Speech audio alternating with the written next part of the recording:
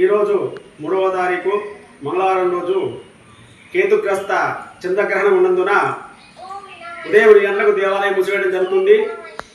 మరియు తిరిగి రేపు సంప్రోక్షణానంతరము 7 గంటలకు దర్శన భాగ్యం ఉంటుంది అందరికి కూడా. కావున భక్తులందరూ గమనించి రేపు ఉదయం 8 తర్వాత దేవాలయ దర్శనం చేసుకోవాలని కోరుచున్నాము. హర హర మహా